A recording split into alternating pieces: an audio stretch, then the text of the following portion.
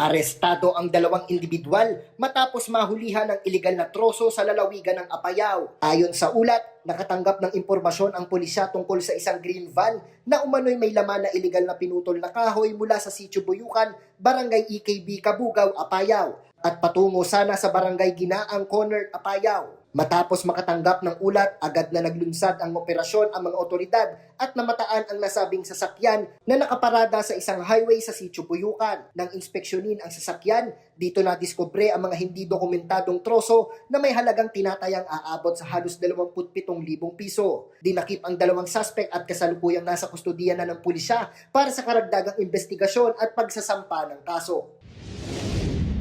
Timbog naman ang isang lalaking tinuturing na most wanted person sa isinagawang operasyon ng pulisya sa lalawigan ng Bulacan. Sa bisa ng warrant of arrest para sa 2 bilang ng qualified rape of a minor, nadakip ang suspect sa barangay Bangamay, Kawayan City, Bulacan. Nasa kustudiya na ng pulisya ang suspect upang harapin ang mga kaso isinampa laban sa kanya.